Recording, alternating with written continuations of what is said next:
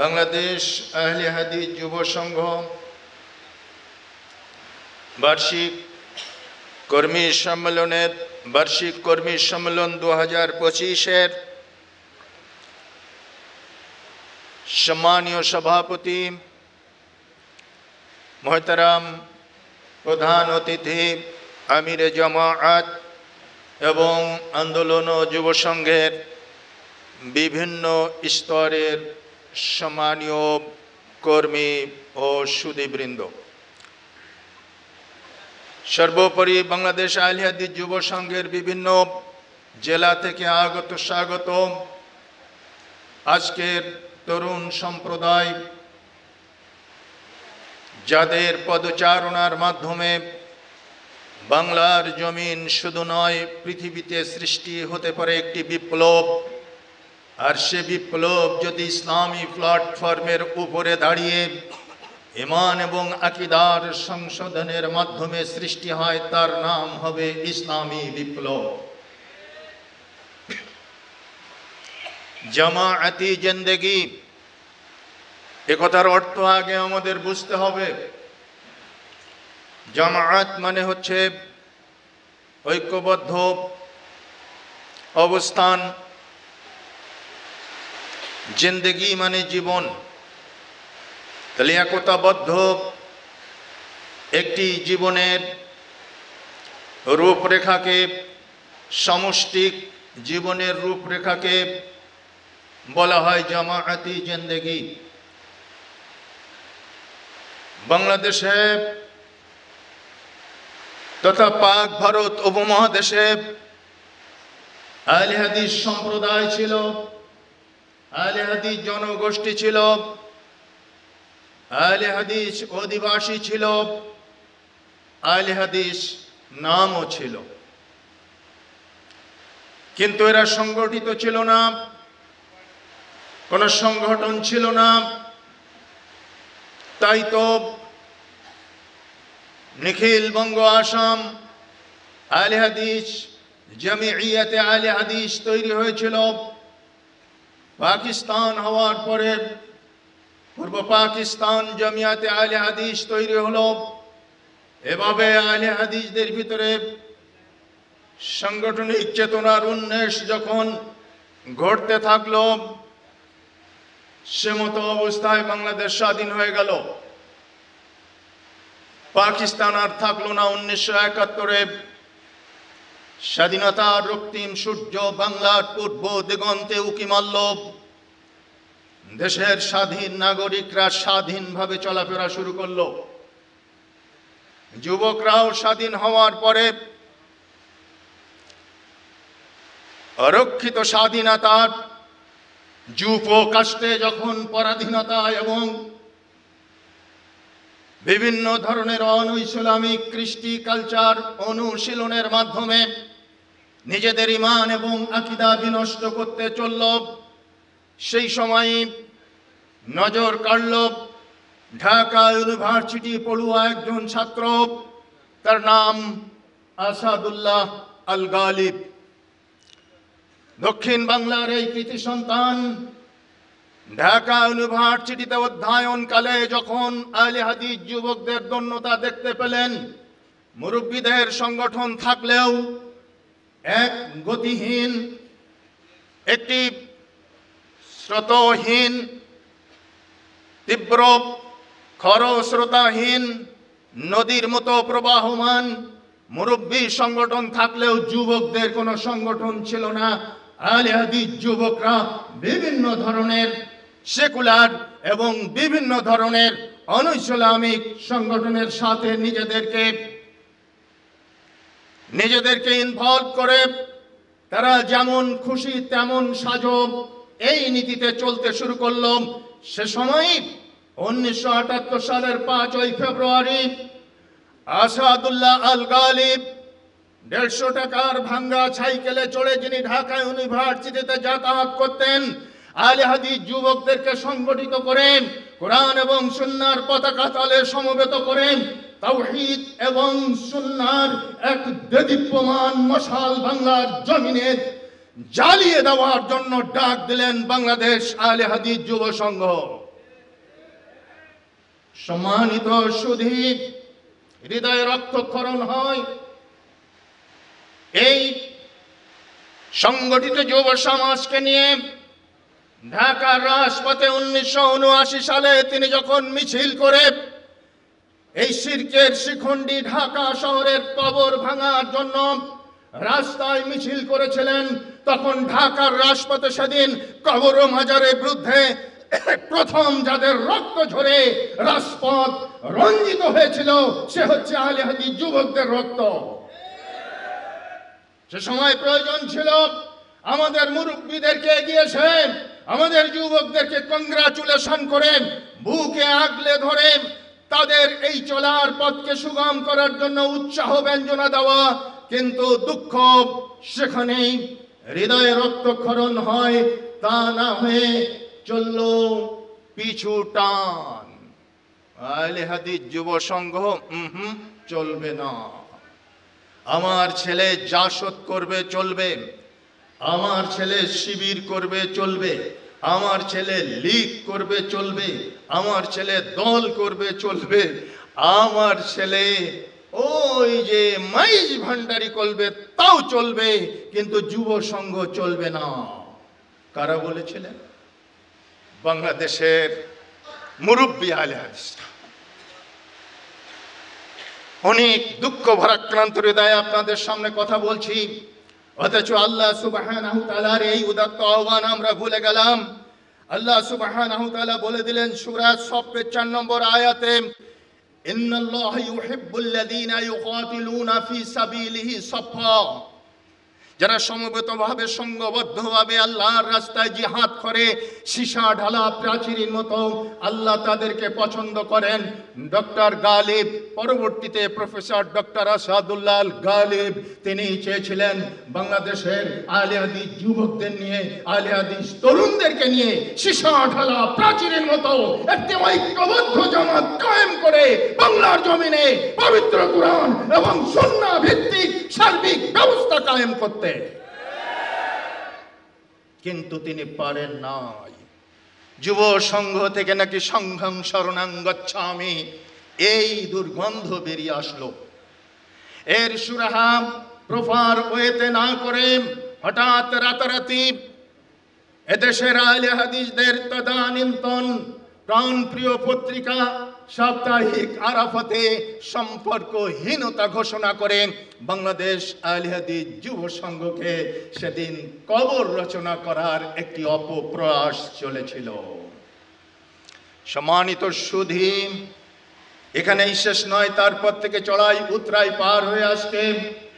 আমরা যারা ঐক্যের স্লোগান দিয়ে বাংলার মসনদ কাঁপিয়ে তুলি, তারা সম্পর্কহীনতা করলে দূরত্ব বাড়ে না, ঐক্যের প্রচেষ্টা বাড়ে। সম্পর্কহীনতা ঘোষণা করে দূরত্ব বাড়ালে দূরত্ব বাড়ে না ঐক্য বাড়ে? আজকে কিন্তু আমাদের সবার মুখে ঐক্যের স্লোগান। আমরাও বাংলাদেশ আহলে হাদিস যুব সংঘ, আহলে হাদিস আন্দোলন বাংলাদেশ দায়িত্বহীন ভাষায় বলে যাচ্ছি, ঐক্যের বিপক্ষে এক মুহূর্তের জন্য আমরা নয়, কিন্তু ঐক্য হবে আদর্শিক ঐক্য। ঐক্য অন্য কোনো ভাবে হতে পারে না। বড় চেয়ারে থেকে কেউ যদি আমরা বলি আজকের গণতান্ত্রিক ওয়েতে নির্বাচনে অংশগ্রহণ করে ভোট দেওয়া ওয়াজিব, কেউ যদি আমরা বলি আজকের এই সেকুলার গণতন্ত্রকে কবুল না করে যদি আমরা এটাকে পরিত্যাগ করে চলি তাহলে ইনসাফ হবে না, তাই আসুন ভাই ইনসাফ কায়েম করি, ইত্যাদি ইত্যাদি আহ্বান ইত্যাদি ইত্যাদি স্লোগান যদি আমরা দেই আর আদর্শচ্যুত হয়ে যাই, জিন্দেগিতে ঐক্য সম্ভব? আসুন ঐক্য যদি করতে হয় আদর্শিকভাবে ঐক্য খুঁজে বের করি। ঐক্যের ওয়ে কি, ঐক্যের রাস্তা কি, ঐক্যের পদ্ধতি কি, আর সেই পদ্ধতি যখন আমরা বের করব তখন ইনশাআল্লাহ ঐক্য হবে। আদর্শবিহীন ঐক্য কশ্চিনকালেও আহলে হাদিস যুব সংঘ এবং আহলে হাদিস আন্দোলনকে দিয়ে সম্ভব নয়। আদর্শিক বিষয়টি মাথায় রাখতে হবে। 15 মিনিটের হিসাবও যারা জানো না তারা স্টেজ পরিচালনা করো কেন? এমনকি কখন উঠে আছো আর 15 মিনিট কখন শেষ হবে জানো না? এখন তো 44, আমি উঠেছি কটায় বলো তো? পরিচালক বলো। তাহলে আবার ছুটি কেন? আচ্ছা, ধন্যবাদ।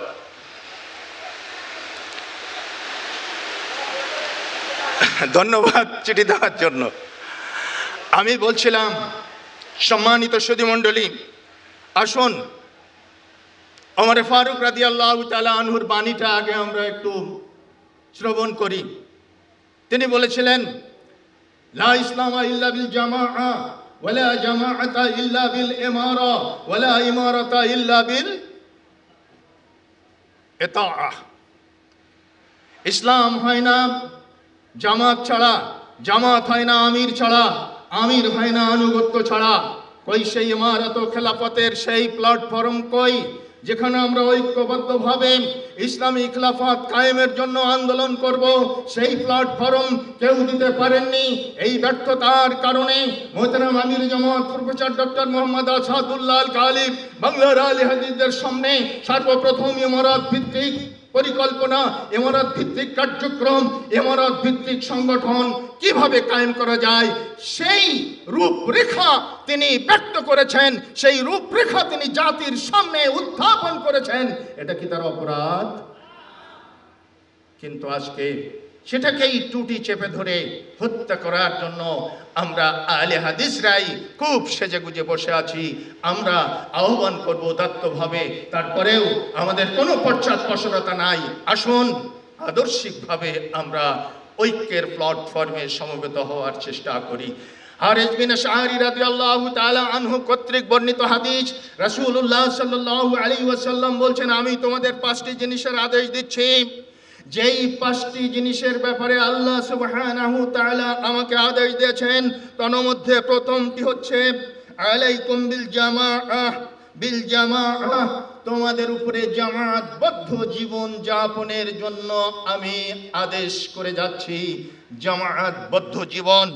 ওয়াসামে ওয়াত্তাআতে, আর তোমরা তোমাদের আমিরের কথা শ্রবণ করবে, ওয়াত্তাআতে তার আনুগত্য করবে, ওয়াল হিজরতে প্রয়োজনে হিজরত করবে, ওয়াল জিহাদে ফি সাবিলিল্লাহ, আর যদি প্রয়োজন হয় জিহাদ ফি সাবিলিল্লাহর জন্য বের হবে, তবে জিহাদ ফি সাবিলিল্লাহর জন্য বের হতে হলে অবশ্যই আমির থাকতে হবে, একটা ইসলামিক ভূখণ্ড থাকতে হবে, যে ভূখণ্ডের ইমারতের দায়িত্ব পালন করবেন একজন আমির।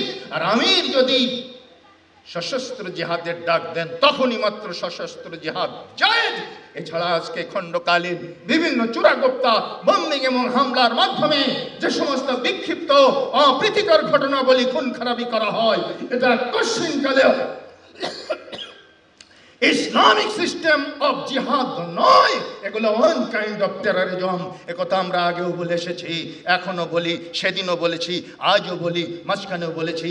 কিন্তু তারপরেও এই ধোঁয়া তুলে আমাদের আমির জামাত এবং আমাদের নেতৃবৃন্দকে জেলখানায় নেওয়া হয়েছিল, ঠিক কিনা?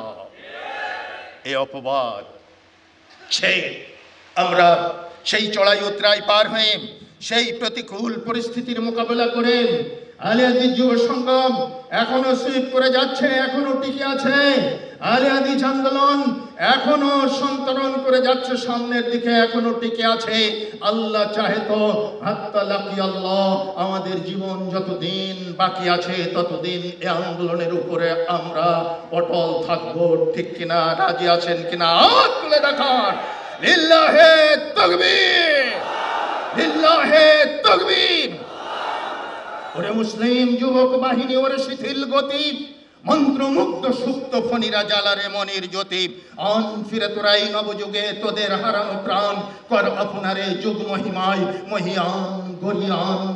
गुलाब कुंज कद बुलबुली जगरे हाफिज सदी जगरे उमर जगरुमी जमी जमानार नवहदी जुग महिमार ताज शिरे दिए उठ जगे शाहजहान विफल की जाबे जमाना मिनारे फजरेर ए आजान तुराई गड़िली भित्ति धरार नतून सभ्यतार तोदेरই পণ্য নিয়ে যেতে হবে শীর্ষে সফলতা। হযরত আবু মুসা আশআরী রাদিয়াল্লাহু আনহু বলেন, নবী করিম সাল্লাল্লাহু আলাইহি ওয়াসাল্লাম বলেছেন, আমানতদার কোষাধ্যক্ষ যাকে কোনো কিছু আদেশ করা হলে সে সন্তুষ্ট চিত্তে আদায় করে, সে হলো সদকাকারীদের অন্যতম, সে সদকাকারীদের সব পাবে। রাসূলুল্লাহ সাল্লাল্লাহু আলাইহি সাল্লামের ভালোবাসা অর্জন করবে কিভাবে? জামানতদার ব্যক্তিকে আল্লাহ তার রসুল ভালোবাসেন। একদিন রসুল সাল্লাল্লাহু আলাইহি সাল্লাম উযু করছেন, এই উযুর পানি নিয়ে সাহাবায়ে কেরাম তারা এইটা গায়ে মাখছে, গায়ে মর্দন করছে। রসুল সাল্লাল্লাহু আলাইহি সাল্লাম বললেন, কিসে তোমাদেরকে এই কাজে উদ্বুদ্ধ করলো? তখন তারা বললেন যে আল্লাহ এবং তার রসুলের ভালোবাসা। তখন রসুল জবাবে বললেন, যাকে এটি খুশি করে যে সে আল্লাহ তার রসুলকে ভালোবাসবে এবং তাকেও আল্লাহ রসুল ভালোবাসবেন, সে যেন কথা বলার সময় সত্য কথা বলে এবং তার কাছে গচ্ছিত যে আমানত, এই আমানত যেন যথাযথভাবে ফিরিয়ে দেয় এবং প্রতিবেশীদের সঙ্গে উত্তম আচরণ করে। প্রকৃতপক্ষে আমানতদারী ব্যক্তি, সে তার জন্য জান্নাতের নিশ্চয় দিয়ে দিয়েছেন রাসূল সাল্লাল্লাহু আলাইহি সাল্লাম। রাসূল সাল্লাল্লাহু আলাইহি সাল্লাম বলছেন, যদি কোনো ব্যক্তি যথাযথভাবে আমানত রক্ষা করে, পালন করে, তার জন্য রয়েছে জান্নাতের সুসংবাদ। কোন রাসূল সাল্লাল্লাহু আলাইহি সাল্লাম বলছেন, তোমরা তোমাদের পক্ষ থেকে আমাকে 6টি বিষয়ের নিশ্চয়তা দাও, তাহলে আমি তোমাদের জন্য জান্নাতের জামিন হব। 1 নম্বর, যখন তোমাদের কাছে কোনো কিছু আমানত রাখা হবে তখন তোমরা তা যথাযথভাবে ফিরিয়ে দেবে, তোমাদের লজ্জাস্থানের হিফাজত করবে, দৃষ্টিকে অবনমিত রাখবে, নিজেদের হস্তদ্বয়কে অন্যায় থেকে বিরত রাখবে। এইগুলোর যদি তোমরা আমার জন্য জামিন দিতে পারো তাহলে আমি তোমাদের জন্য জান্নাতের জামিন। আমানতদারের গুরুত্ব কতটুকু এটা আমরা স্পষ্টভাবে এখানে বুঝতে পারছি। শুধু তাই নাই, আমানতদার ব্যক্তি সে জান্নাত থেকে মুক্তি লাভ করবে কিভাবে? আল্লাহ রাব্বুল আলামিন আল্লাহর কাছে সেই আমল সম্পাদনকারী যথাযথভাবে সুপারিশ করবে, তাকে জাহান্নাম থেকে মুক্ত করবে, যে প্রকৃতপক্ষে আমানতদারিতা তা রক্ষা করবে।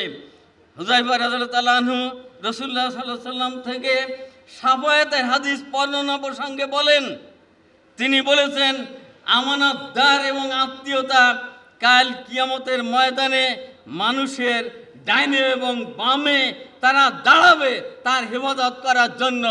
যারা এই দুটো হেফাজত করবে, এই দুটো যথাযথভাবে রক্ষা করবে, তাদের জন্য তারা জান্নাতে পৌঁছিয়ে দেবে। এজন্য আমানতে বড় কঠিন জিনিস।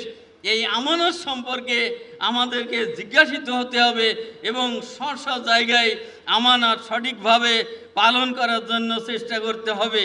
আল্লাহ রাব্বুল আলামিন এ ব্যাপারে বলেছেন যে খেয়ানতকারী যারা, তাদের তিনি পছন্দ করেন না।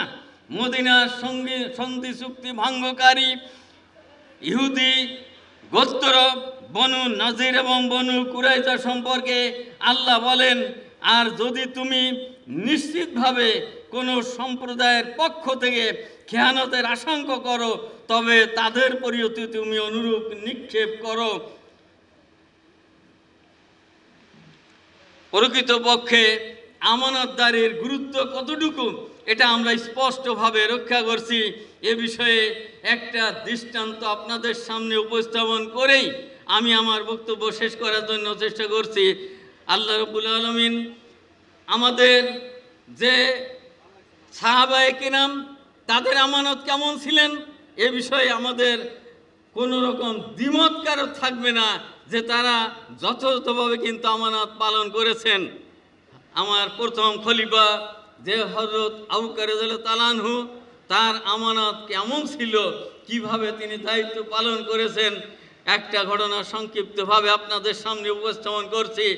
প্রত্যেক দিন ফজরের সালাত আদায় করে তিনি মরুভূমির দিকে হাঁটতে যেতেন এবং বেশ কিছুক্ষণ পরে তিনি আবার ফিরতেন। ওমর রাদিয়াল্লাহু তাআলা আনহু এই বিষয়টা দেখে তিনি চিন্তা করলেন যে খলিফা প্রত্যেক দিন ফজরের সালাত আদায় করে কোথায় যান এবং ফিরে আসেন, বিষয়টা কি। একদিন ফজরের সালাত আদায় অন্তে তিনি আবু বকর রাদিয়াল্লাহু তাআলা আনহুর পিছু পিছু চললেন। বেশ কিছু দূর যে মরুভূমির বুকে একটা পুরাতন তাঁবুতে হযরত আবু বকর রাদিয়াল্লাহু তাআলা আনহু খলিফা তিনি তার ভিতরে ঢুকলেন।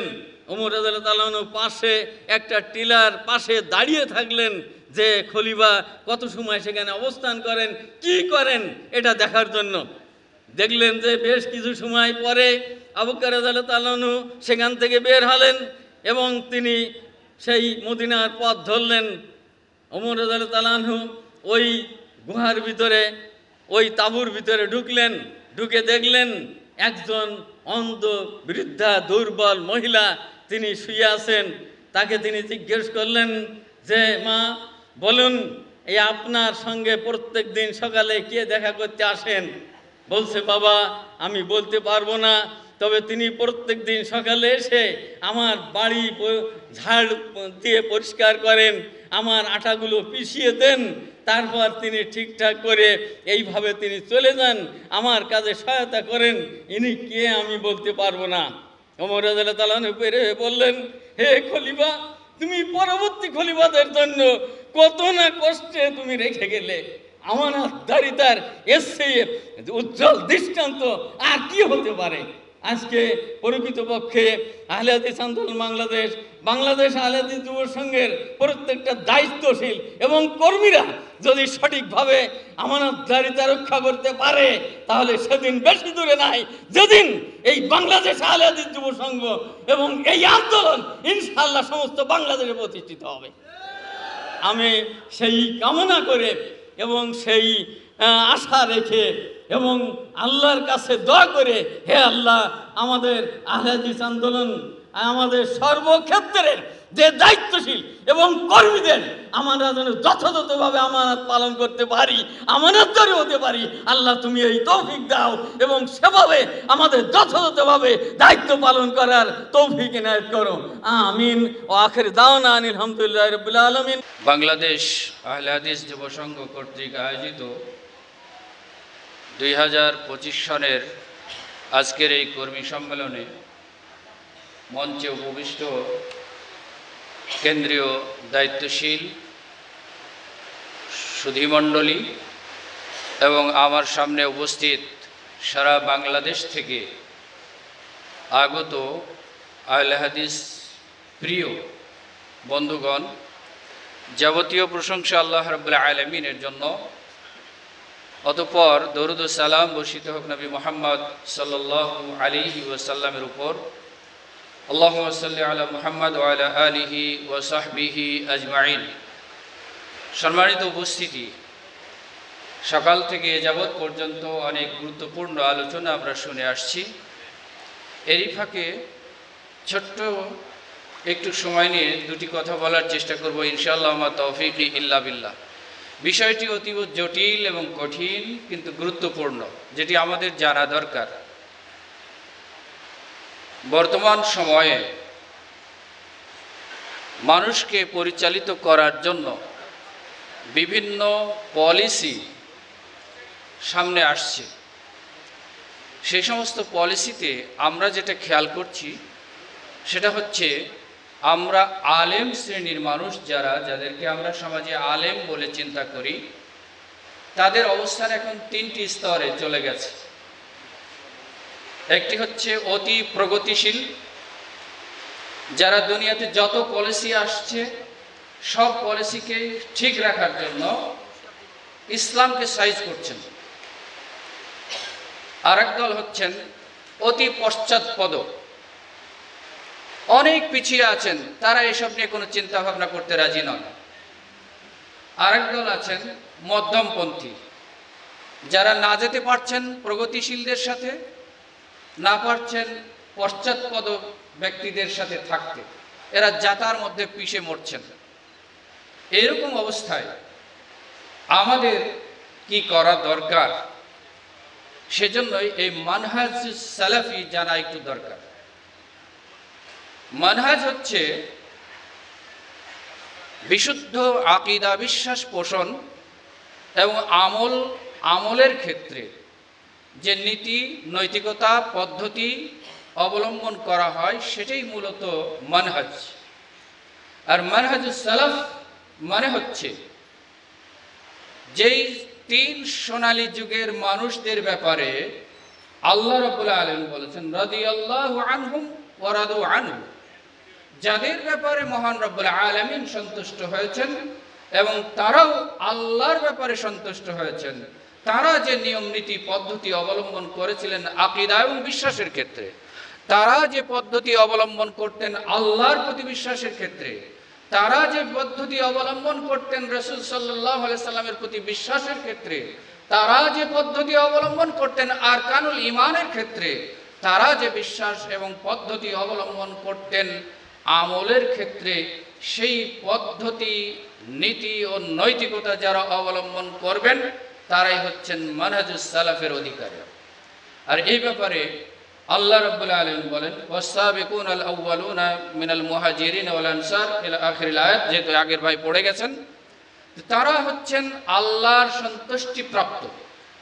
আর রাসূল করিম সাল্লাল্লাহু আলাইহি ওয়াসাল্লাম তাদের ওই সোনালী যুগের ব্যাপারে আমাদেরকে কি বলেছেন, মানহাজ গ্রহণের ক্ষেত্রে আমাদের নীতি কি হবে, সেই ক্ষেত্রে তিনি বলেছেন মাইয়াইশ মিনকুম মিন বা'দি ফাসায়ারা ইখতিলাফান কাসীরা আলাইকুম বিসুন্নতি ওয়া সুন্নাতুল খুলাফায়ে রাশিদিন আল মাহদিয়িন, তোমরা যারা আজকের পরে আমার জীবনের পরে বেঁচে থাকবে তারা সমাজে অনেক ধরনের পলিসি দেখবে, অনেক ধরনের ভিন্নতা দেখবে, অনেক ধরনের মতানৈক্যতা দেখবে, অনেক ধরনের পার্থক্য দেখবে ঈমানের ব্যাপারে এবং আমলের ব্যাপারে। সেই ক্ষেত্রে তোমাদের জন্য যে মানদণ্ড সেটি হচ্ছে আলাইকুম বিসুন্নতি ওয়া সুন্নাতুল খুলাফায়ে রাশিদিন আল মাহদিয়িন। এই নীতিতে যদি আমরা টিকে থাকতে পারি তাহলেই আমরা হব সালাফি, তাহলেই আমাদের মানহাজ হবে সালাফি মাযহাব। আর আজকের যুগে তথাকথিত সালাফিদের দেখা যায় যারা রাসূল সাল্লাল্লাহু আলাইহি ওয়াসাল্লামের সাহাবীদেরকে কাফের বলেন, যারা বলেন আবু বকর কাফের, ওমর কাফের, উসমান কাফের, ওয়া আয়েশা কাফের, ওয়া মান লাম ইউকাফিরহুম ফাউলাইকা হুমুল কাফির। এই নীতিতে যারা বিশ্বাস করে তাদের সাথে যারা সালাফি মানহাজ বলে হাত মেলাতে চান তারা কখনোই সালাফি মানহাজ বুঝেন নাই। তারা না বুঝেছেন ইসলামী আন্দোলন, না বুঝেছেন সালাফি মানহাজ, না বুঝেছেন সালাফি। সুতরাং সালাফি যদি হতে হয় তাহলে এদের নাম আরও কিছু আছে। সালাফি মানে ওই নীতির যারা অনুসরণ করবেন তারাই হচ্ছেন আহলুস সুন্নাত ওয়াল জামাআত, তারাই হচ্ছেন আহলুল হাদিস। আর এই আহলুল হাদিসেরই যুব সংগঠন হচ্ছে বাংলাদেশ আহলে হাদিস যুব সংঘ। সুতরাং যদি কেউ মানহাজের ক্ষেত্রে পবিত্র কোরআন এবং সুন্নাহকে উপেক্ষা করে, সাহাবীদের বুঝের নীতিকে উপেক্ষা করে নিজস্ব প্রবৃত্তিকে অনুসরণ করতে গিয়ে মানহাজুস সালাফিকে খেলাফ করেন তাহলে আর যতই হোক না কেন তারা কখনোই পবিত্র কোরআন এবং সহিহ সুন্নাহর খাদেম হতে পারবেন না। আজকে যদি আমি সালাফি মানহাজের হয়ে থাকি, আজকে যদি আমি বাংলাদেশের তথাকথিত আহলুস সুন্নাত ওয়াল জামাতের অধিকারী হয়ে থাকি, অনুসারী হয়ে থাকি, তাহলে আমি কিভাবে খানকায় বসে বসে মানুষের চুম্বন নিতে পারি আমার পায়ে? আমি কিভাবে সহ্য করতে পারি একজন মুসলিম সিজদা করবে আমার পায়ে আর আমি তার মাথায় হাত বুলিয়ে আদর করে বিদায় করে দিব? আমি কেমন আহলুস সুন্নাত ওয়াল জামাত যে আমার কবরের সিজদা হবে, আমার চোখের সামনে কবরের সিজদা হবে, আর আমি আহলে সুন্নাত ওয়াল জামাতের দাবিদার বলে বিশ্বাস করে আমি বলবো তোমাকে ধন্যবাদ, জাযাকাল্লাহ। এই কথা যদি বলি তাহলে কখনোই আমি আহলে সুন্নাত ওয়াল জামাতের অধিকারী হতে পারিনি, কখনোই আমার মানহাজ as-সালাফি হতে পারে না। যদি কেউ কোনো ব্যক্তি বিশ্বাস করেন যে আজকের আমরা যদি কোনো দেশের নাম নাও বলি তাহলেও সেই দেশটি হচ্ছে ইসলামী বিপ্লবের একমাত্র দেশ, আর সৌদি আরব হচ্ছে এমন একটি দেশ যেখানে ইসলাম নাই, নাউজুবিল্লাহ, আপনি ইসলামী ঐক্যের নামে কাফের স্পষ্ট যারা কোরআনকে অস্বীকার করে, যারা সাহাবীদেরকে কাফের বলেন, যারা আয়েশা রাদিয়াল্লাহু তাআলা আনহাকে জিনাকারী বলেন, নাউজুবিল্লাহ মিন যালিক, এবং যারা অন্য অমুসলিমকে মুসলিম করার সময় এই মর্মে সাক্ষ্য দেওয়ায় যে তুমি বলো আবু বকর, ওমর, ওসমান এরা সবাই কাফের, এদেরকে যারা কাফের না বলবে তারাও কাফের, আর আপনি বলছেন আমি আহলে সুন্নাত ওয়াল জামাত হিসাবে আমি এদের সাথে ঐক্য করতে চাই, এরাও মুসলিম। তাহলে বুঝতে হবে আপনার মানহাজও ঠিক নাই, আপনার আকীদাও ঠিক নাই, আপনার বিশ্বাসও ঠিক নাই। আপনি যদি সত্যিকার অর্থে আহলে সুন্নাত ওয়াল জামাতের অধিকারী হয়ে থাকেন, সত্যিকার অর্থে যদি আহলে সুন্নাত ওয়াল জামাতের মানহাজ বুঝে থাকেন, তাহলে আপনার দ্বারা কখনোই কোনো ক্রমেই সম্ভব হতে পারে না যারা চন্দ্রের পূজা করে, যারা সূর্যের পূজা করে, যারা দেবদেবীর পূজা করে, তাদের মণ্ডপে গিয়ে, তাদের পূজা স্থানে গিয়ে নম নম করবেন, ওম শান্তি করবেন, আর বলবেন যে আমরা বিশ্ব শান্তির জন্য আমরা মুসলিম ঐক্য চাই। ঠিক আপনাদের জীবনে যে আপনি না বুঝেছেন ইসলামী সংগঠন, না বুঝেছেন সালাফি মানহাজ, না বুঝেছেন আহলে সুন্নাত ওয়াল জামাতের নীতি, যার ফলে আল্লাহ রাব্বুল আলামিন বলছেন ومن آياته الليل والنهار والشمس والقمر لا تسجدوا للشمس ولا للقمر واسجدوا لله الذي خلقهن إن كنتم إياه تعبدون। চন্দ্র এবং সূর্য, দিবা এবং রাত্রি সবকিছুই আল্লাহর নিদর্শন। তোমরা এই চন্দ্র সূর্যকে সিজদা করো না, বরং সিজদা যদি করতেই হয় তাহলে এগুলিকে যিনি সৃষ্টি করেছেন তাকেই সিজদা করো। আর যারা এগুলিকে সিজদা করে, যারা এগুলির আনুগত্য করে, তাদের সাথে আপনি ঐক্য করে বলছেন যে আমরা আহলে সুন্নাত ওয়াল জামাতের নীতি অনুসরণ করি। ঠিক আমাদের। সুতরাং আসুন আমরা ফারুকি সাহসে, খালেদের অহংকারে উড়াই সকলে বিজয় নিশান। এই অবনীর পরে বাদশার জাতি বাদশা হইবে, হবে পরে গরিয়ান, নিখিল বিশ্ব গাহিবে আবার তোমাদের জয়গান। দুই হাতে ধরি কোরআন ও হাদিস উন্নত করি শির, বজ্র নিনাদে গাহিয়ে চলো সবে নারায়ে তাকবীর, লিল্লাহে তাকবীর। আসসালামু আলাইকুম ওয়া রাহমাতুল্লাহ। বাংলাদেশ আহলাদিস যুব সংঘ কর্তৃক আয়োজিত কর্মী সম্মেলন 2025 বাংলাদেশের মূল চেতনা ইসলাম এই প্রতিপাদ্যকে সামনে রেখে অনুষ্ঠিত হচ্ছে। কর্মী সম্মেলনের মহতারাম সভাপতি, প্রধান অতিথি, সংগঠনের বিভিন্ন স্তরের দায়িত্বশীল কর্মীবৃন্দ, সম্মানিত সুধীবৃন্দ, আল্লাহর শুকরিয়া জ্ঞাপন করছি যিনি আমাদেরকে আজকের এই মহতী অনুষ্ঠানে উপস্থিত হওয়ার তৌফিক দান করেছেন। দরুদ ও তাসলিমাত পেশ করছি মানবতার মুক্তির দিশারি নবী মুহাম্মদ সাল্লাল্লাহু আলাইহি ওয়াসাল্লামের উপর, যার রেখে যাওয়া আদর্শ বাস্তবায়নের জন্যই আমাদের এই সকল প্রচেষ্টা। সুধী মণ্ডলী, আমরা জানি বাংলাদেশ আহলাদিস যুব সংঘ 1978 সালের 5ই ফেব্রুয়ারি থেকে এর অগ্রযাত্রা শুরু হয়েছে। আমরা সবাই নিজেদেরকে আহলাদিস হিসাবে পরিচয় দিই, কিন্তু আসলে আহলাদিস কাকে বলে? আমরা ইতিপূর্বে যুগে যুগে আহলাদিস আন্দোলনের বিষয়ে আলোচনা শুনেছি, কিন্তু কোনো মানুষ যদি নিজের পরিচয়ই না জানে তাহলে সে মানুষ জাতির কাছে নিজেকে উপস্থাপন করবে কিভাবে? আহলাদিস ফার্সি সম্বন্ধ পদে আহলে হাদিস আর আরবি সম্বন্ধ পদে আহলুল হাদিস, অর্থ হাদিসের অনুসারী। পারিভাষিক অর্থে পবিত্র কোরআন ও সহিহ হাদিসের অনুসারীকে আহলে হাদিস বলে। যিনি জীবনের সর্বক্ষেত্রে পবিত্র কোরআন ও সহিহ হাদিসের আদেশ সিদ্ধান্তকে মেনে নেন এবং রাসূলুল্লাহ সাল্লাল্লাহু আলাইহি ওয়াসাল্লাম ও সাহাবায়ে কেরামের তরিকা অনুযায়ী নিজের সার্বিক জীবন গড়ে তুলতে সচেষ্ট হন, তিনিই কেবল এই নামে অভিহিত হবেন। তাহলে আমরা বুঝতে পারছি আহলে হাদিস কারা। বর্তমান সমাজে কিছু ভাইদেরকে বলতে শোনা যায় আমি সহিহ আকীদার অনুসারী। সহিহ আকীদাটা কি? সহিহ আকীদা কি? পবিত্র কোরআন এবং সহিহ হাদিসের আলোকে যে আকীদা গঠিত, এই আকীদার বাইরে আর কোনো আকীদা কি আছে? বাংলাদেশের মানুষ নিজে কোরআন এবং সহিহ হাদিসের অনুসরণ করে, এটা বাংলায় বললে সমস্যা নাই। আমি কোরআন হাদিসের অনুসারী, এটা বাংলায় বললে সমস্যা হয় না, কিন্তু আমি আহলে হাদিস যদি বলি তাহলে সমস্যা হয়। আমাদের মধ্যে এই সংকীর্ণ মনতা, আমাদের মধ্যে এই সংকীর্ণতা বিরাজ করে। কোনো জায়গা পরিচয় দিতে গেলে আমরা আহলে হাদিস বলতে দ্বিধাবোধ করি, বরং বলি আমি সহিহ আকীদার অনুসারী। সহিহ আকীদাটা কি? সুতরাং আপনার আমার জানা দরকার পবিত্র কোরআন এবং সহিহ হাদিস উৎসারিত যে পরিচয়, এই পরিচয়ই আপনাকে আমাকে লালন করা দরকার। একটু আগেই আমরা শুনেছি যে কেউ কেউ বলেন এটা 1200 হিজরির পরে আব্দুল ওয়াহাব নজদির পর থেকেই, তার সময়কাল থেকে আহলে হাদিসদের উৎপত্তি।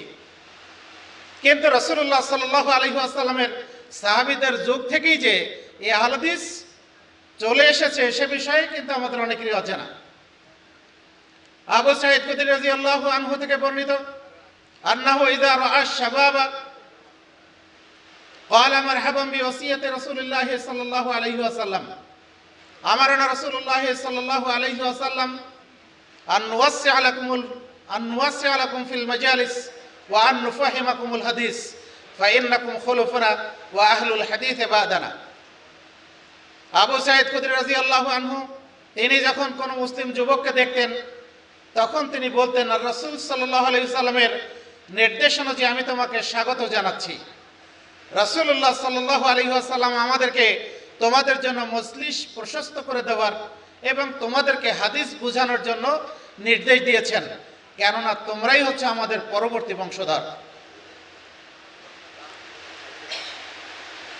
বাইহাকি শাহুল ঈমান 1741 এবং সিলসিলা হাদিসে সহিহা 280 নম্বর হাদিস। তাহলে এই হাদিসের আলোকে বুঝতে পারি রাসূলুল্লাহ সাল্লাল্লাহু আলাইহি ওয়াসাল্লামের যুগেও আহলে হাদিসদের উপস্থিতি ছিল, আহলে হাদিস ছিল। আমি বিস্তারিত ব্যাখ্যায় যাব না। অনেককে আবার বলতে শোনা যায় যে আহলে হাদিসদের শুধু মুহাদ্দিসিনে কেরামদেরকে বলা হয়, যে সমস্ত মুহাদ্দিসিনে কেরাম বহু হাদিস মুখস্থ করেন তাদেরকেই শুধু আহলে হাদিস বলা হয়। হিজরি 4th শতকের খ্যাতনামা আলেম দ্বীন আল্লামা ইবনে হাজম আন্দালুসি রাহিমাহুল্লাহ তিনি বলছেন, আহলুস সুন্নাত আল্লাযীনা নাযকুরুহুম আহলাল হক। আহলে সুন্নাত হচ্ছে তারাই যাদেরকে আমরা হক পন্থী হিসাবে জানি, উল্লেখ করে থাকি। ওমান আদাহুম ফা আহলুল বাতিল, আর তাদের বিরোধীদেরকে আমরা বাতিল বলে জানি। ফাইন্নাহুমুস সাহাবাতু রাদিয়াল্লাহু আনহুম, তারা হচ্ছে সাহাবায়ে কেরাম। ওয়া কুল্লু মান সালাকা নাহজাহুম মিন খিয়ারিত তাবিঈনা রাহমাতুল্লাহি আলাইহিম, এবং শ্রেষ্ঠ তাবিদের মধ্যে থেকে যারা তাদের অনুসরণ করেছেন। সুম্মা আহলুল হাদিসে, অতঃপর আহলে হাদিসগণ। ওমান তাবিআহুম মিনাল ফুকাহাই জাইলান ফাজিলান ইলা ইয়াউমিনা হাযা, ফকিদের মধ্য থেকে যারা যুগে যুগে বর্তমান কাল পর্যন্ত যারা তাদের অনুসরণ করেছেন তারাও আহলে হাদিস। ওমান ইক্তাদা বিহিম মিনাল আওয়ামি ফি শারকিল আরদি ওয়া গারবিহা, এমনকি আম জনসাধারণের মধ্য থেকে যারা তাদের পথের অনুসারী হয়েছেন তারাও আহলে হাদিস হিসাবে পরিচিত। তাহলে আমরা বুঝতে পারলাম শুধু যারা হাদিস মুখস্থ করেন তারাই শুধু আহলে হাদিস নয়, বরং যারা কোরআন হাদিস অনুসরণ করেন, যারা সাহাবায়ে কেরাম সালাফে সালেহিনের মানহাজ অনুযায়ী নিজেরা চলেন, তারাও আহলে হাদিস হিসাবে অভিহিত। সুধী মণ্ডলী, তাহলে আহলে হাদিসদের পরিচয় কি, বৈশিষ্ট্য কি? আল্লামা আব্দুর রহমান সাবনী রাহিমাহুল্লাহ তিনি তার বিখ্যাত গ্রন্থ আহলে হাদিস আকীদা এর মধ্যে তিনি উল্লেখ করেছেন আহলে হাদিসদের 6টি বৈশিষ্ট্য। 1 নম্বর হলো কম হোক বেশি হোক তারা মাদক দ্রব্য ব্যবহার থেকে বিরত থাকেন। 2 নম্বর, সালাতের আউয়াল ওয়াক্তে সালাত আদায় করতে তারা সদা ব্যস্ত থাকেন। 3 নম্বর, ইমামের পিছনে সূরা ফাতিহা পড়াকে তারা ওয়াজিব মনে করেন। 4 নম্বর, সালাতের মধ্যে রুকু, সুজুদ, কিয়াম, কুউদ ইত্যাদি আরকানকে ধীরে সুস্থে আদায় করাকে তারা অপরিহার্য মনে করেন এবং এটা ব্যতীত সালাত সিদ্ধ হয় না বলে তারা মনে করেন। 5 নম্বর, তারা সকল কাজে নবী সাল্লাল্লাহু আলাইহি ওয়াসাল্লাম, সাহাবায়ে কেরাম ও সালাফে সালেহিনের কঠোর অনুসারী হয়ে থাকেন। 6 নম্বর, তারা বেদাতীদেরকে ঘৃণা করেন। তারা বেদাতীদের সঙ্গে উঠা বসা করেন না বা তাদের সঙ্গে দ্বীনের ব্যাপারে অহেতুক ঝগড়া করেন না। তাদের থেকে সর্বদা কান বন্ধ রাখেন যাতে তাদের বাতিল যুক্তিসমূহ অন্তরে ধোঁকা সৃষ্টি করতে না পারে। আমরা বলি আহলে হাদিসদের সর্বাপেক্ষা বড় নিদর্শন হলো তারা আকীদার ক্ষেত্রে শিরকের বিরুদ্ধে আপোষহীন তাওহীদবাদী, আমলের ক্ষেত্রে বেদাতের বিরুদ্ধে আপোষহীন সুন্নাতপন্থী। এই আহলে হাদিস যারাই বৈষ্ণব সম্বলিত যে সমস্ত আহলে হাদিস তারাই মূলত নাজি ফিরকার অন্তর্ভুক্ত। রাসূলুল্লাহ সাল্লাল্লাহু আলাইহি ওয়াসাল্লামের বিখ্যাত হাদিস ইফতারাকুল উম্মাহ, এই হাদিসে মুসনাদে আহমদের 444 নম্বর হাদিসে রাসূলুল্লাহ সাল্লাল্লাহু আলাইহি ওয়াসাল্লাম শেষ দিকে বলছেন, ইন্না বানি ইসরাঈল তাফাররাকাত আলা সিনতা ওয়া সাবঈনা মিল্লাহ ওয়া তাফতারিকু উম্মতি আলা 73 মিল্লাহ কুল্লুহুম ফিন্নার ইল্লা মিল্লাতুন ওয়াহিদা। নিশ্চয় বানি ইসরাঈল 72 দলে বিভক্ত হয়েছে, আমার উম্মত 73 দলে বিভক্ত হবে, সবাই হবে জাহান্নামী একটা ব্যতীত। সাহাবায়ে কেরাম জিজ্ঞাসা করলেন, মান হিয়া ইয়া রাসূলুল্লাহ? তিনি তখন বললেন, মান আলাইহি ওয়া আসহাবি, আমি এবং আমার সাহাবীরা যে আদর্শের উপর আছে কেবল তারা। মুস্তাদরাকে হাকিমে একটু অতিরিক্ত এসেছে, সেখানে তিনি বলছেন মান আলাইহি আল ইয়াউম ওয়া আসহাবি, আজকের দিনে আমি এবং আমার সাহাবীরা যে আদর্শের উপর আছে তারাই হচ্ছে এই নাজি ফিরকা বা মুক্তিপ্রাপ্ত দলের অন্তর্ভুক্ত। আমরা এবার এই মুক্তিপ্রাপ্ত দল শুধু আমরা বলছি, ইয়াজিদ ইবনে হারুন এবং আহমদ ইবনে হাম্বল রাহিমাহুল্লাহ তিনি এই হাদিসের ব্যাখ্যায় শেষ দিকে তিনি বলছেন, ইল্লাম ইয়াকুনু আসহাবুল হাদিসে ফালা আদরি মান হুম, যদি তারা আহলে হাদিস না হয় তাহলে আমরা জানি না তারা কারা।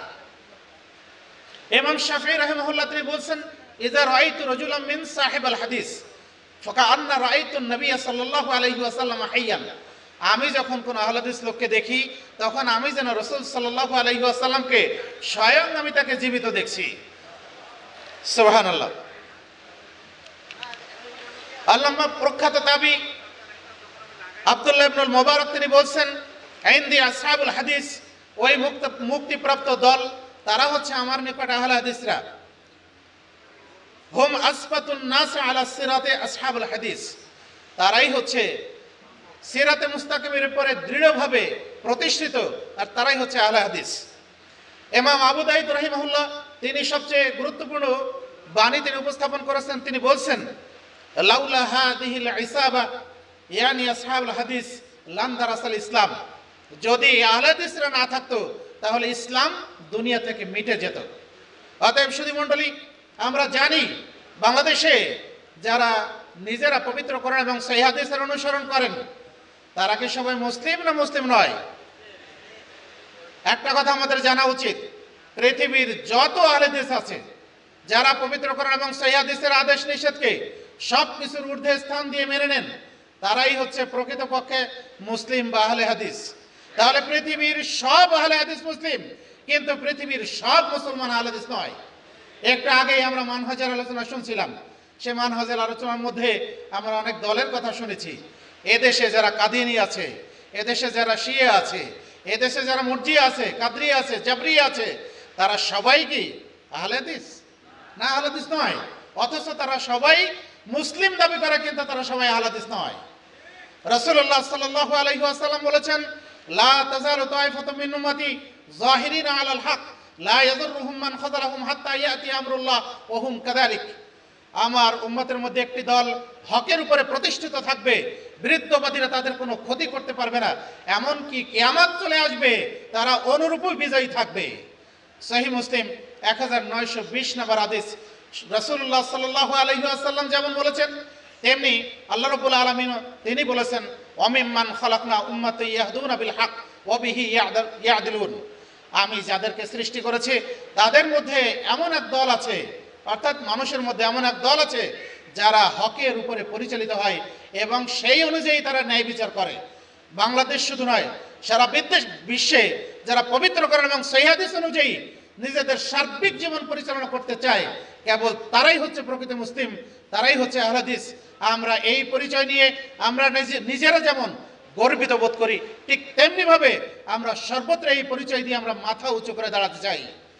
সুধী মণ্ডলী, একটা জিনিস আমাদেরকে মনে রাখতে হবে, পবিত্র কোরআন এবং সহিহ হাদিসের এই আন্দোলনকে, পবিত্র কোরআন এবং সহিহ হাদিসের আদর্শকে অন্য কোনো মানুষ আমাদেরকে প্রতিষ্ঠা করে দেবে না, বরং যারা মাযহাবের অনুসরণ করে তারা মাযহাবী আদর্শই তারা প্রতিষ্ঠা করবে। সুতরাং আহলে হাদিসকে, আহলে হাদিস আন্দোলনকে আহলে হাদিস যুব সংঘকে, আহলে হাদিস মহিলা সংস্থাকে, সোনামণিকে পবিত্র করেন এবং সেই হাদিসের আদর্শ প্রতিষ্ঠা করার জন্য আমাদেরকে সবাইকে সচেষ্ট হতে হবে। আল্লাহ রাব্বুল আলামিন আমাদের সবাইকে তৌফিক দান করুন। আমরা যেন নিজেদের পরিচয় নিয়ে, নিজেদের স্বকীয়তা নিয়ে, নিজেদের এই আদর্শ নিয়ে আমরা মাথা উঁচু করে দাঁড়াতে পারি এবং পবিত্র কোরআন এবং সেই হাদিসের এই আদর্শকে আমরা প্রতিষ্ঠা করতে পারি। আল্লাহ আমাদেরকে তৌফিক দান করুন। আল্লাহুম্মা আমিন। আকুলু কাওলি হাযা আস্তাগফিরুল্লাহ লি ওয়া লাকুম ওয়া লিসাইরিল মুসলিমিন।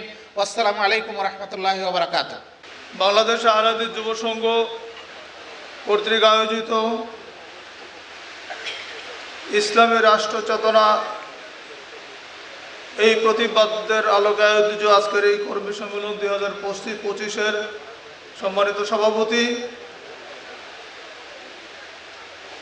উপস্থিত মোহতারাম প্রধান অতিথি, আহলে হাদিস আন্দোলন বাংলাদেশের মোহতারাম আমিরে জামাত, ধর্ম সমাজ ও সাহিত্য বিষয়ক গবেষণা পত্রিকা মাসিক আত-তাহরিকের মাননীয় প্রতিষ্ঠাতা ও সম্পাদক মণ্ডলীর সম্মানিত সভাপতি মোহতারাম আমিরে জামাত প্রফেসর ডক্টর মোহাম্মদ আসাদুল্লাহ আল গালিব হাফিজাহুল্লাহ, আহলে হাদিস আন্দোলন বাংলাদেশের কেন্দ্রীয় নেতৃবৃন্দ, বাংলাদেশ আহলে হাদিস যুব সংঘের কেন্দ্রীয় নেতৃবৃন্দ এবং জেলা নেতৃবৃন্দ, বাংলাদেশের বিভিন্ন জেলা থেকে আগত প্রাণপ্রিয় কর্মী ও সুধীগণ, সময় এতটাই সংক্ষেপ যে আসলে বক্তব্য দেওয়ার এইসবের সুন্দর পরিবেশ থাকলেও বক্তব্য দেওয়ার কোনো সময় নেই। মোহতারাম আমিরে জামাত উপস্থিত হয়েছেন এবং সেক্রেটারি জেনারেল এখনও বক্তব্য দেন নাই। সঙ্গত কারণেই আমি আমার সময়টাকে খুবই সংক্ষেপ করে বক্তব্য গুটিয়ে নিচ্ছি। যদিও বিষয় দেওয়া হয়েছিল অত্যন্ত লম্বা একটা বিষয়, সেই বিষয়ের আলোচনা করতে গেলে দীর্ঘ সময়ের প্রয়োজন। আমার বিষয় হচ্ছে যুগে যুগে ইহুদি নাসারা চক্রান্ত। তো ইহুদি নাসারা চক্রান্ত সম্পর্কে বলতে গেলে তো অনেক বিষয় আছে। আমি আয়াতে কেরামে তিলাওয়াত করেছি, আসলে ইহুদি এবং নাসারা এই দুই অভিশপ্ত এবং পথভ্রষ্ট জাতি, এই কথা আমরা সকলেই জানি। এই জন্য আল্লাহ সুবহানাহু ওয়া তাআলা আমাদেরকে প্রত্যেক রাকাতে, সালাতের প্রত্যেক রাকাতে এদের থেকে বাঁচার জন্য দোয়া করতে বলেছেন।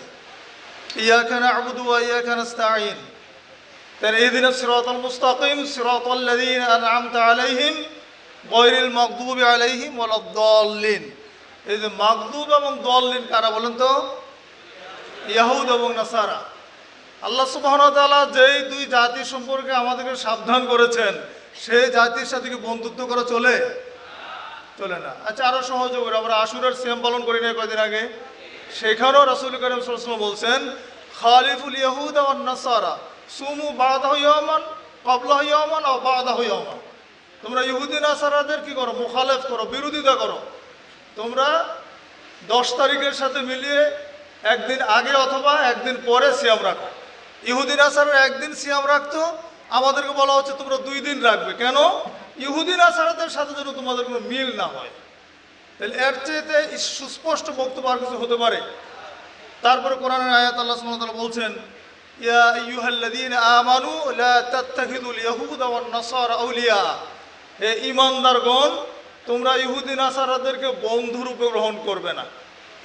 ইহুদি নাসারাদের বন্ধু গ্রহণ করবে না। বাদুহুম আউলিয়া বাদ, এরা একে অপরের বন্ধু, তারা মুসলমানদের বন্ধু হতে পারে না। যে ব্যক্তি ইহুদি নাসারাদেরকে বন্ধু হিসেবে গ্রহণ করে নেয় ফাইন্নাহু মিনহুম, সে তাদের অন্তর্ভুক্ত হয়ে যাবে। শুধু তাই নয়, রাসূল কারীম সাল্লাল্লাহু আলাইহি ওয়াসাল্লামকে সাবধান করে আল্লাহ সুবহানাহু ওয়া তাআলা বলছেন, এটা উম্মাহকে সতর্ক করলেন আল্লাহ। এবার নবীকে বলছেন, কি বলছেন? ওয়ালান তারদা আনকাল ইয়াহুদা ইয়াহুদ ওয়ালান নাসারা হাত্তা তাত্তাবিয়া মিল্লাতাহুম। হে নবী মুহাম্মদ সাল্লাল্লাহু আলাইহি সাল্লাম, তোমাকে সাবধান করে দিচ্ছে, শোনো, এই ইহুদি নাসারারা কখনো তোমার প্রতি সন্তুষ্ট হবে না যতক্ষণ না তুমি তাদের আদর্শের অনুসারী হও। ইহুদি নাসারাদের আদর্শের অনুসারী যদি মুহাম্মদ তুমি হও, তাহলে তারা সন্তুষ্ট হবে। আর তাদের কথা যদি তুমি না শোনো, তাদের আদর্শের অনুসরণ যদি তুমি না করো, তাহলে তারা তোমার প্রতি কোনোদিনও সন্তুষ্ট হবে না। কুল ইন্না হুদাল্লাহি ওয়াল হুদা, নবী তুমি বলে দাও, নিশ্চয় আল্লাহর হেদায়েত হচ্ছে প্রকৃত হেদায়েত। তারপরে সাবধান করে দিচ্ছেন ولئن اتبعت أهواءهم بعد الذي جاءك من العلم ما لك من الله ولي ولا نصير। মুহাম্মদ, যদি তুমি তাদের প্রবৃত্তির অনুসরণ করো তাহলে তোমার কোনো অলি, সাহায্যকারী, অভিভাবক কেউ থাকবে না। আল্লাহর বিপরীতে কেউ তোমাকে সাহায্য করবে না। রাসূল কারীম সাল্লাল্লাহু আলাইহি ওয়াসাল্লামের শানে আল্লাহ সুবহানাহু ওয়া তাআলার সতর্ক, সমস্ত উম্মার জন্য আল্লাহর সতর্ক। এরপরেও আমরা ইহুদি নাসারা থেকে সাবধান হতে কি পেরেছি? আজকের গণতন্ত্রটা কাদের কাছ থেকে আসছে বলুন তো? এতক্ষণ ডক্টর সাকিব তো গণতন্ত্র নিয়ে মাশাআল্লাহ চমৎকার বক্তব্য দিয়েছেন, শুনেছেন মনোযোগ দিয়ে। তো এই গণতন্ত্রটা কাদের? তাহলে গণতন্ত্র মানলে কি আল্লাহ নির্দেশ মানা হয় না আল্লাহ নির্দেশের বিরোধিতা করা হয়? আপনি আমার মতো বুঝে উত্তর দিচ্ছেন তো? আল্লাহ বলেছেন ইহুদি নাসারাদের কথা মানা যাবে না। আল্লাহ নবীকেও বলেছেন, আমাদেরকেও বলেছেন, আল্লাহ নবীও আমাদেরকে বলেছেন। তো এই গণতন্ত্রটা যেহেতু ইহুদি নাসারাদের কাছ থেকে আসছে, তাহলে এই গণতন্ত্র কোনো মুসলমানকে মানতে পারে? পারে না। কেন তারা আমাদের প্রতি এত রাগ, বিরোধিতার কারণ কি? তিনটা মৌলিক কারণ বলে আমার বক্তব্য শেষ করে দেব। এখানে সময় সংক্ষেপ। তিনটা মৌলিক কারণ। এক নম্বর কারণ হচ্ছে ইহুদি নাসারাদের রাগের কারণ, এরা কোরআনের উপরে নাখোশ। কোরআন যে সংবিধান, এটা তারা মেনে নিতে নারাজ। কেন? এই কোরআন হচ্ছে একমাত্র ধর্মগ্রন্থ যেটা কিয়ামত পর্যন্ত অবিকৃত থাকবে ইনশাআল্লাহ। কোরআন একটা হারকাত, একটা অক্ষরকে পরিবর্তন করা যাবে? কেন যাবে না? এই কোরআনের হেফাজতের দায়িত্ব কে নিয়েছেন? ইন্না নাহনু নাযালনা যিকরা ওয়া ইন্না লাহু লাহাফিজুন।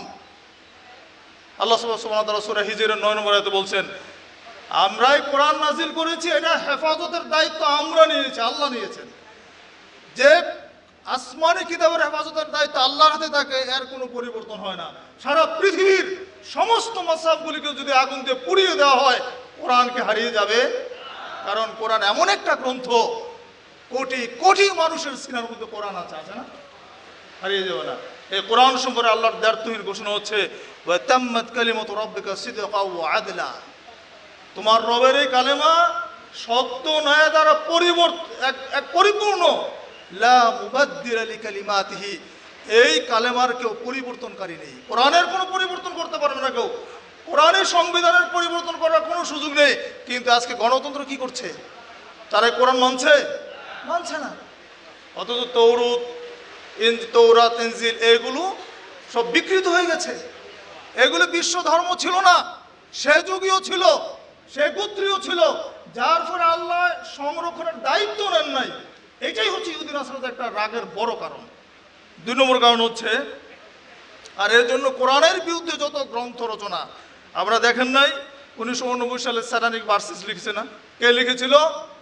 সালমান রুশদি। মনে আছে? ইতিহাস ভুলে গেছেন? কোরআনের বিরুদ্ধে রচনা। সে সময় আপনারা অনেক আন্দোলন করেছেন। আবার একজন মুসলিম কুলাঙ্গার এক মহিলা দিয়ে আর একটা উপন্যাস বানাইছিল লজ্জা, পড়েন নাই? অনেকে দেখেছেন। সেখানেও কোরআনকে বিশুদ্ধ করা হয়েছে। এই সব হচ্ছে ইহুদি নাসারাদের চক্রান্ত। দুই নম্বর কারণ হচ্ছে, ইসলামকে তারা কোনোভাবে বরদাস্ত করতে পারে না। কারণ কি জানেন? ইন্নাদ-দীন ইনদাল্লাহিল ইসলাম। আল্লাহর নিকট ইসলাম হচ্ছে মনোনীত কি ধর্ম। আল্লাহর নিকট একমাত্র মনোনীত দিন কোনটা? ইসলাম। ইসলামকে তারা মনে করে এটা একটা বিষের মতো মনে করে, ক্যান্সারের মতো মনে করে। ক্যান্সার যেমন মানব দেহে যখন ক্যান্সার হয় তখন সমস্ত দেহে ছড়িয়ে যায় না? এটা ইহুদি নাসারাদের একটা বক্তব্য এবং তাদের পরিসংখ্যান হচ্ছে 2050 সালের মধ্যে ইসলাম বিশ্ব ধর্মে পরিণত হবে। সারা পৃথিবীতে ইসলাম ছড়িয়ে পড়বে। ক্যান্সার বলছে কেন? যে ইসলাম চারদিকে ছড়িয়ে পড়ছে। বিভিন্ন ধর্ম থেকে মানুষ ইসলামের দিকে আসছে। ইসলাম থেকে অন্য ধর্মে কেউ যায়? খুঁজে পাবেন না, খুব কম। কিন্তু আজকে পশ্চিমাদের দিকে তাকিয়ে দেখেন, হাজার হাজার মানুষ ওই বাতিল ধর্মগুলো পরিত্যাগ করে ইসলাম গ্রহণ করছে। এটা তাদের রাগের দ্বিতীয় কারণ। আর রাগের তৃতীয় কারণ হচ্ছে, মুহাম্মদুর রাসূলুল্লাহ সাল্লাল্লাহু আলাইহি ওয়াসাল্লাম বিশ্ব নবী, এটা তারা মেনে নিতে পারেন না। আল্লাহর নবীকে বিশ্ব নবী তারা মানতে নারাজ। এই জন্য রাসূলুল্লাহ সাল্লাল্লাহু আলাইহি ওয়াসাল্লামের প্রতি তাদের রাগ। কারণ মুসা, ঈসা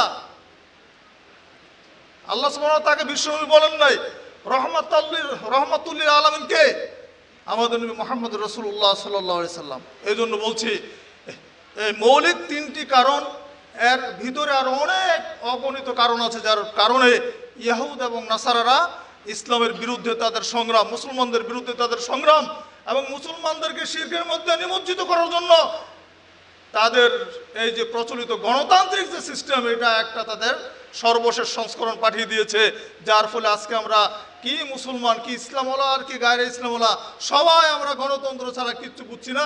আমরা মনে করে নিয়েছি আর বিকল্প কোনো পথ নেই। অথচ এই গণতন্ত্র আমরা আগে শুনেছি একটা মূর্খের শাসন।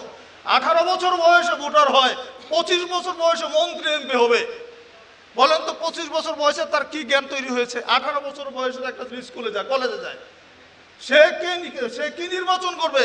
কোন ব্যক্তিরা যোগ্য, কার মাধ্যমে ভালো কাজ হবে, দেশের উপকার হবে, তার নির্বাচন করার ক্ষমতা হয়েছে?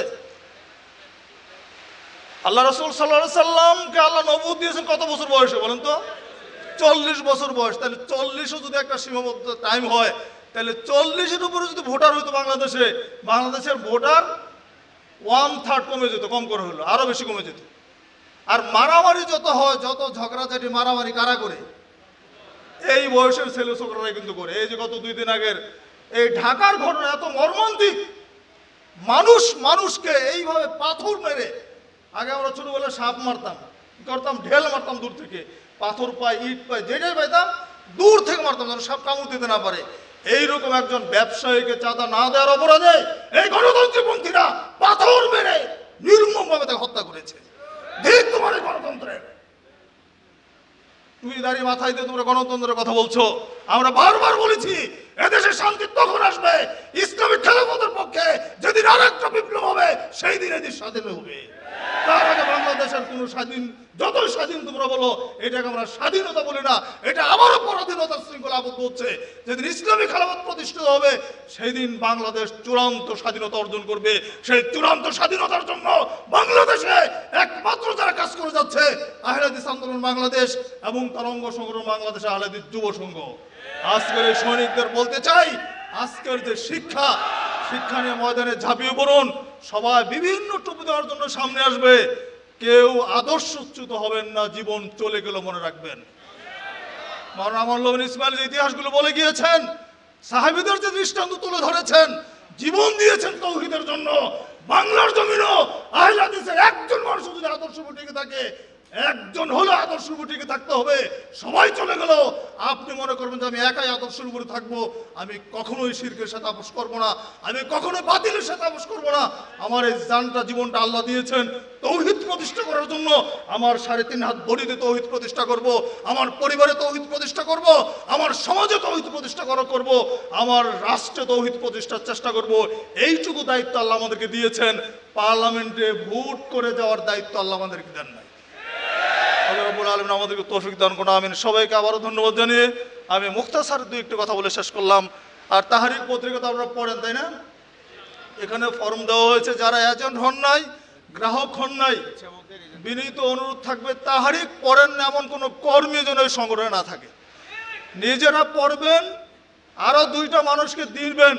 দাওয়ার একটা অন্যতম মাধ্যম হচ্ছে তাহরিক পত্রিকা, নেকি অর্জনের একটা অনন্য মাধ্যম হচ্ছে তাহরিক পত্রিকা। যারা সংগঠন করেন তাহরিক পড়েন না, আমি মনে করি না আপনি সংগঠনের কর্মী, কোনো সমর্থক হতে পারেন নাই। এই জন্য অনুরোধ থাকবে তাহরিক নিয়ে যাবেন, গ্রাহক হবেন, এজেন্ট হবেন। এই আহ্বান জানিয়ে সবাইকে আবারও ধন্যবাদ জানিয়ে আমি আমার সংক্ষিপ্ত কথা এখানে শেষ করছি। ওয়া আখিরি দাওয়ানা আলহামদুলিল্লাহি রাব্বিল আলামিন।